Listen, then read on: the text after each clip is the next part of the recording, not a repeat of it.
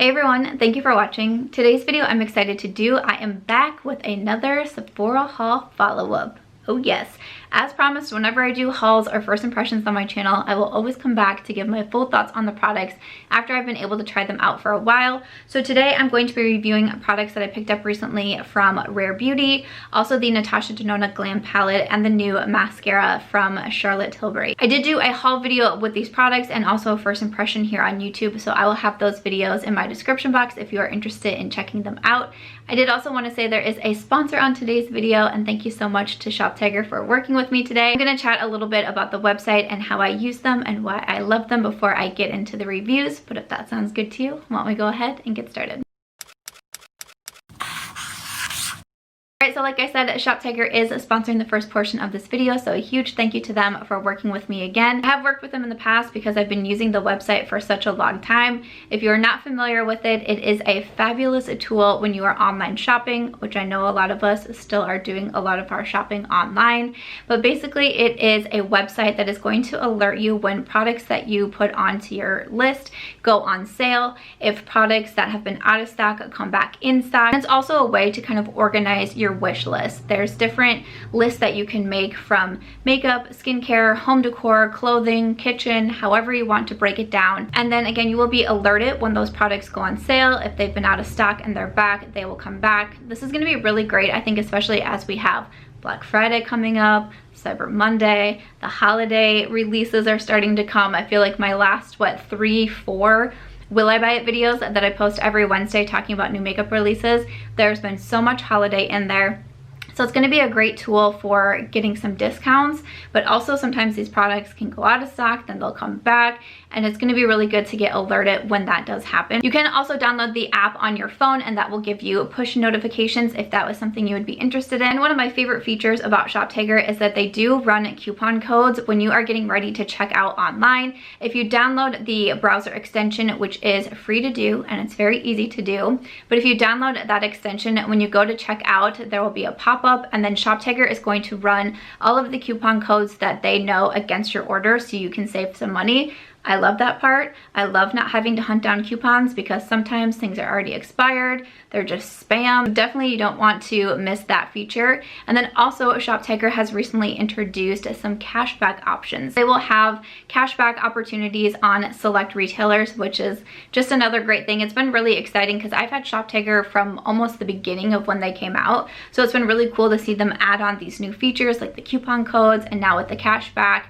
And again, I'm just really excited to be working with them because it's a website that I use myself. So I do use it for makeup or skincare, but I also use it a lot for clothes, for products around the house. I've recently redecorated my living room, my bedroom, and I've kind of been honing in on my kitchen recently. I've been upgrading my containers, getting rid of my plastic, getting more glass containers. I bought an air fryer recently. I bought a blender recently. So it has really helped me out for that also, which I am not mad about. But again, if you are not using Shoptagr yet, like I said, it's free and it's really easy to use and it just kind of does all of the work for you. So I'm a really big fan of them. I'm gonna have a link in my description box for the download if you are interested in trying it out for yourself. And again, thank you to Shoptagr for working with me on this video. It is much appreciated. But let's go ahead and jump into my Sephora reviews. I did purchase five different products from Rare Beauty. I was really interested in trying out the line. I was kind of hesitant at first when the line first came out. I was like, I don't know, is this just like another celebrity makeup line? Like, what's gonna go on here? But once I saw the packaging, I was like, okay, it kind of changed my mind. It intrigued me a little bit more. So when it became available at Sephora, I was like, well, let's just go ahead and try out some of the products.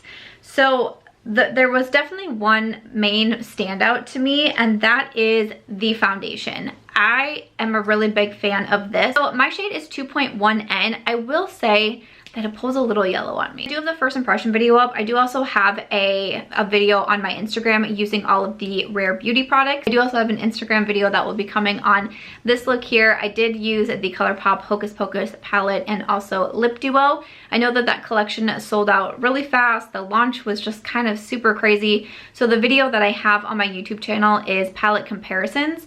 So if you did miss the launch and you really like that palette, not just for the Hocus Pocus theme, I do have some comparisons or just some other nice palettes in that video too. So maybe you won't feel as much FOMO. But then I also did an Instagram look using the palette and the lip duo that was sent to me, so that will be coming on my IG. But like I was saying, for the foundation, it just pulled a little bit yellow on me, and I was like, ee, but it's not, and like it's fine. I decided that I didn't need to exchange my shade. I thought it would be okay, but I did want to say that I did feel like it pulled a little bit yellow. So this one is going to be more of a medium coverage, which I like. It is definitely a very liquidy foundation. You know, recommend to shake it up. And then you have the large doe foot, which isn't exactly my favorite way to apply it, just because I don't like that it touches my face and then I put it back in. That's the main reason why I don't like products like this.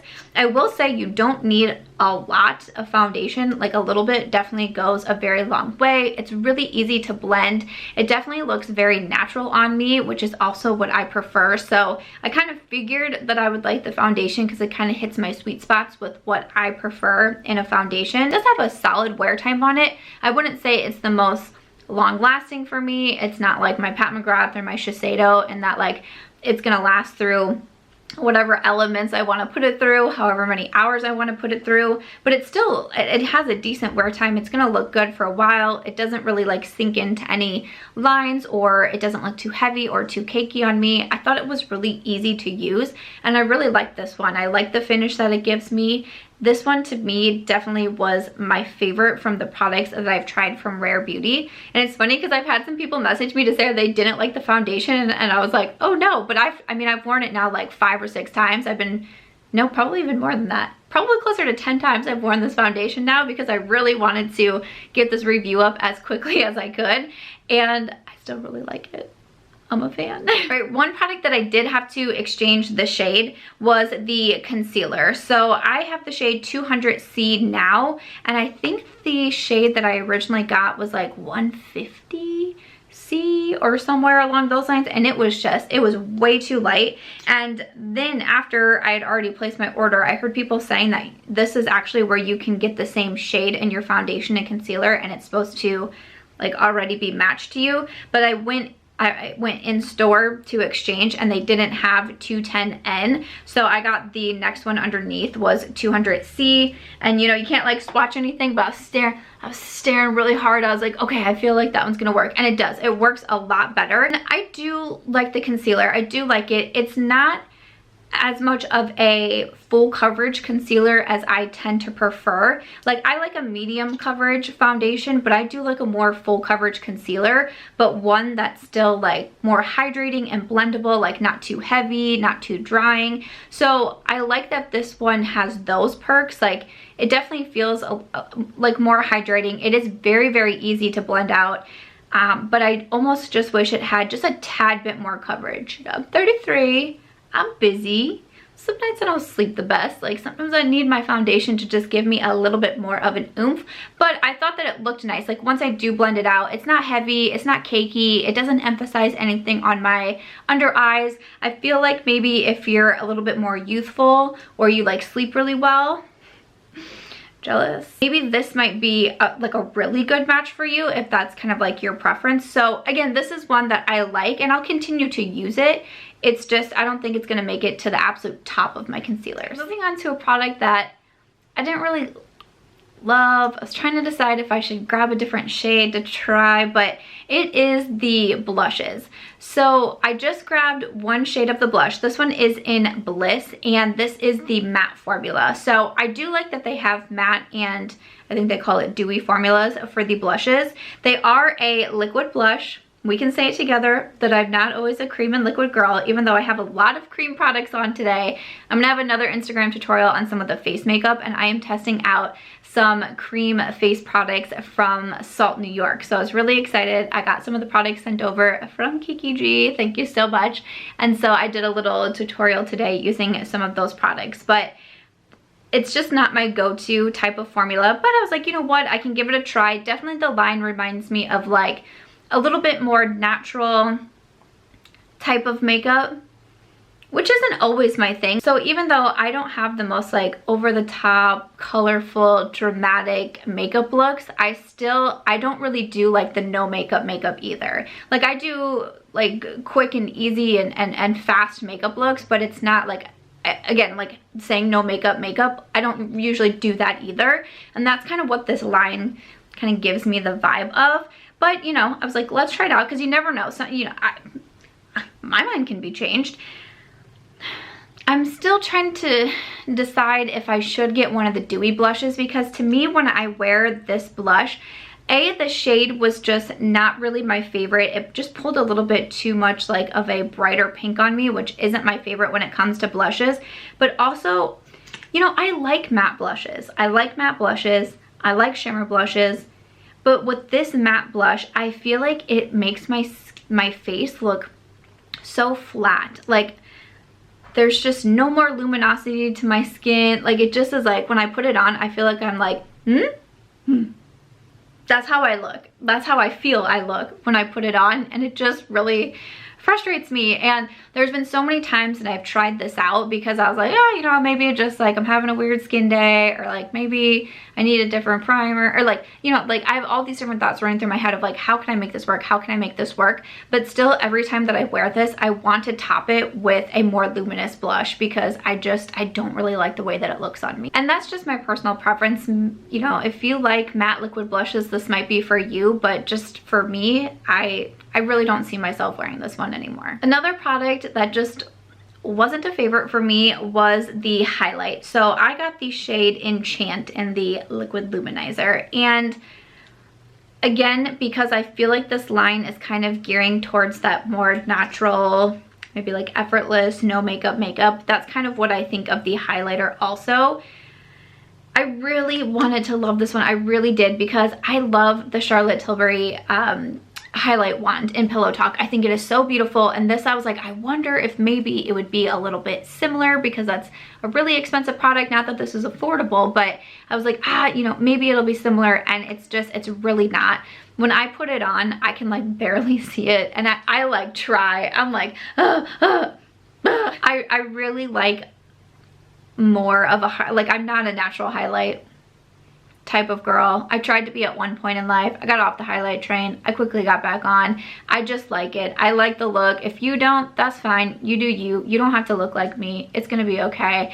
But that's just what I prefer. So with this one, when I put it on in that first impression, you could see my face be like, okay, so like, where did it go? So again, it's like I can see it a little bit, but it almost to me looks more like a matte highlight. Like, there's not any real luminosity to it. I don't have enough glow for me, but if that's what you like, and if that's your preference, you could really like this one. But for me, it's just not really for me. That's kind of what I felt about the Rare Beauty line. That's what I put in my title for this, because I could kind of tell right off the bat, it's just not a line geared towards my personal preferences. I'm not mad that I tried the products, you know, I gave them my best attempt, but it's just not really geared towards the type of makeup that I tend to wear. And then the final product that I bought is kind of right around those same lines. So I did grab one of the Lip Souffle, the matte lipsticks. I got the shade Courage. I was gonna say Coverage. Courage. I have the shade Courage, and I really do like the shade. I think that it's really pretty, but with this lipstick, like I was saying when I first tried it, it reminds me more of like the Colourpop, like the Ultra Blotted lips, where you don't get as much color payoff as I prefer. And so whenever I wear this one, I build it up. Like, I put like 3-4 layers on my bottom lip and another 3-4 layers on my top lip to try to get the color to come out. A lot of times I've just taken to wearing a lip liner underneath to kind of help give me a little bit more color also, and then like going back to reline my lips and still add in some more color. Because again, if you like something like that, if you like that look, that blotted lip look of something like just like a nice wash of color on the lips, you'll probably really like this. But it's just not really what I prefer to wear with my lip colors. So it's a really nice shade. It's a really nice bit of a darker nude. I mean, I'm sure I'll wear it like here and there and time again, but it's just not going to be my favorite formula for me. So, you know, that's just what I think about the line. I don't think that these are bad products. I just think that if you have that vibe and that aesthetic with your makeup, you could really like these. But maybe if you're a little bit more like me, where it's like, yes, you don't need the most dramatic makeup looks, but you also want something more amped up than no makeup, this might not be the line for you. So again, I'm glad that I tried everything. I do like the foundation. The concealer I'll keep using also, but especially the blush for me, I really don't see myself using again. And also the highlight, I'll probably end up passing them on at some point because they're just really not for me. So those are my thoughts on Rare Beauty. I would love to know if you've tried the brand and if you had any standout products or if you have any similar thoughts to me. Alrighty, also in that video, I did try an eyeshadow palette, and it was the Natasha Denona Glam palette. One thing that I will say, and I want to say this, I feel like I've been doing like public service announcements in some of my videos recently, but if there's just one thing that I can say when it comes to me reviewing these particular products is, like I mentioned, when I put up the video on the Rare Beauty, in my title it said like, this is not for me, or just not for me, or something along those lines, because that was pertaining to the Rare Beauty products being just not really my vibe, not really my aesthetic. But I also had the Glam palette shown in that thumbnail because I was also using the Glam palette. I have had multiple people message me about why don't I like the Glam palette? Why do I keep using the Glam palette if I don't like it? I posted a tutorial with the Glam palette on my Instagram, and someone commented and said, wait, I thought you didn't like this palette. And I'm like, what? And I keep responding back and I'm like, I don't know what you mean. I like the palette. Like, if you watch the video, I like the eyeshadow palette. It's just the products from Rare Beauty that I'm like, this isn't really for me. And so many people have written back to say, either I didn't watch the video or I didn't watch the whole video. I just looked at your title and I thought you didn't like the Glam palette. And again, this just goes beyond makeup and YouTube, because even with the Rare Beauty, I got comments when I did that video of people saying, how come you have not addressed the packaging on Rare Beauty, that it was created for people with disabilities that might have trouble opening or holding onto products, that it was designed for that. And I thought, what? I didn't hear of that. I follow the brand. I've watched their promo videos. I've never seen anything like that. And then people on Twitter, other YouTubers were coming out and being like, oh, you know, this is why the packaging is this way. And I had a really nice comment asking why I didn't feature, like, I wasn't being attacked, but I heard that other people were. People are saying that YouTubers aren't doing their job correctly because we weren't mentioning the packaging. And I'm like, but I have never heard the actual brand speak on this.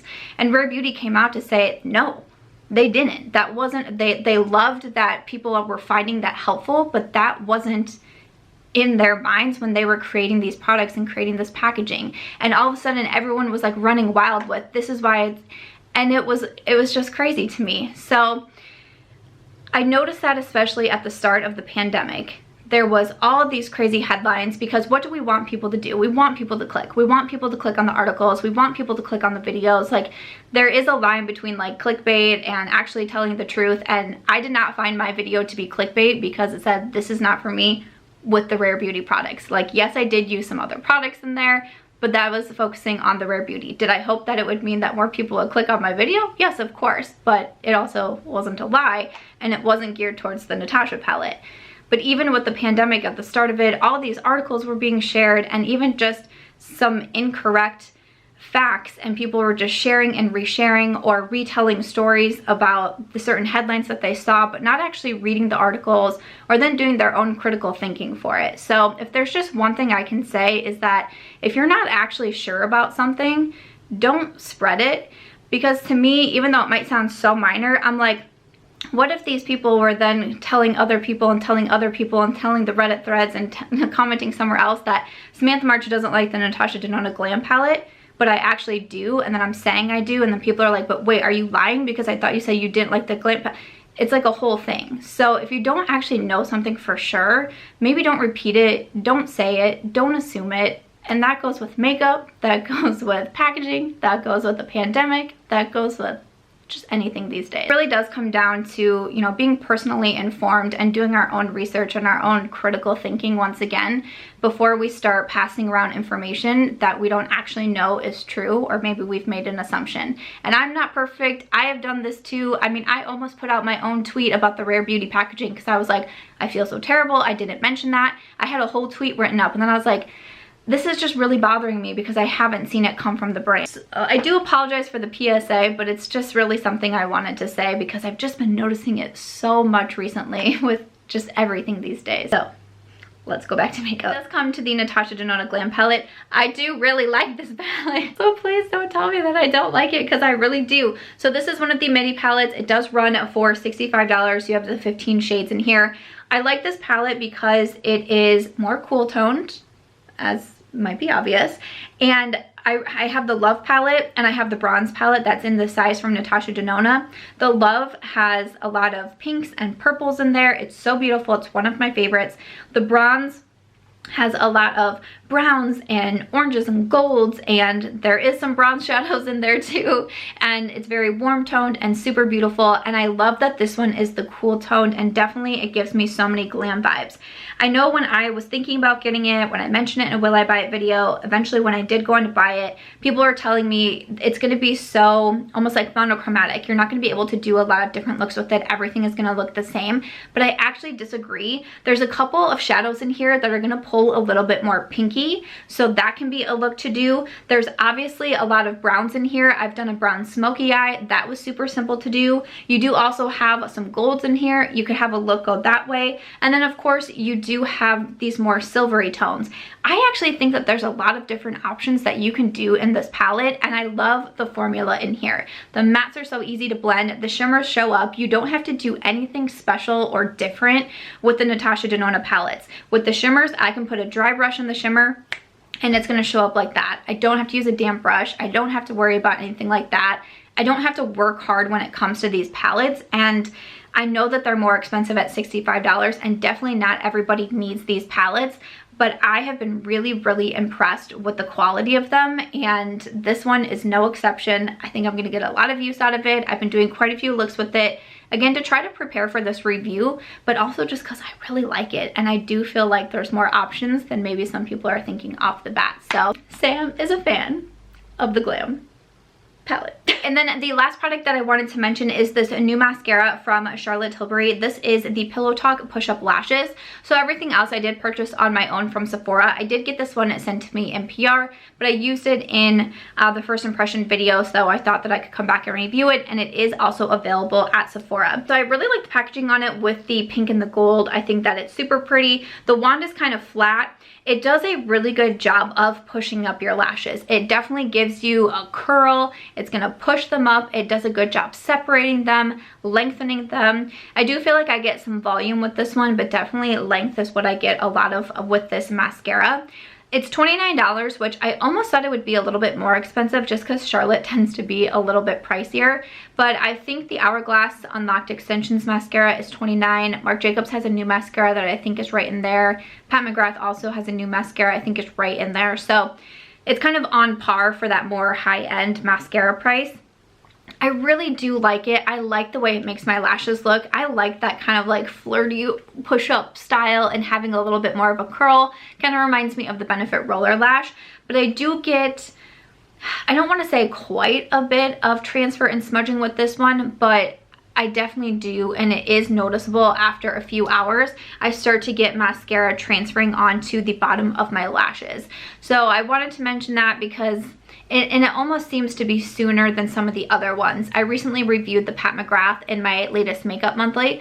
I put it in the fine section because I said I did really like it, but you know, after like 6-7 hours I can start to get some transfer. This is like after 3-4 hours, and that's too fast for me to have mascara be moving on my eyes. And I've worn it a lot of different times because it's like, you know, maybe I wore it one time and I was sweating too much or whatever it may be, but I've worn it a lot of times and that does seem to keep happening, so it's harder for me to recommend because even though I think it does make the lashes look nice, the Benefit Roller Lash I do also think does something really similar, but I don't get as much transfer on my face. And then the Hourglass Unlocked mascara really doesn't move. I mean, it's like maybe if I wear it like 12-13 hours I might have like a dot, but it really is not moving on me. The Marc Jacobs Ath Lashed, that mascara is so nice. It's not moving on me. Even the Pat McGrath is going to last a little bit longer than the Charlotte Tilbury. So even though I really like the way that it made my lashes look, I just wish that it would have lasted a little bit longer before I started to get some smudging. So After that review of the Charlotte Tilbury mascara, that is everything for the Sephora reviews. I really hope that you enjoyed this video. I hope that you found the reviews helpful and that you appreciate when we can come back and give our thoughts on the products that we hauled or did a first impression on. Definitely let me know your thoughts on all of these products that I reviewed. Have you tried any of them out? I would love to know. And another thank you to Shoptagr for sponsoring this video, and thank you guys so much for supporting my channel and letting me have these opportunities. I greatly appreciate it. As always though, if you guys did enjoy this one, please make sure to give it a thumbs up. I hope you also consider subscribing before you go, and I will see you in my next video. Bye.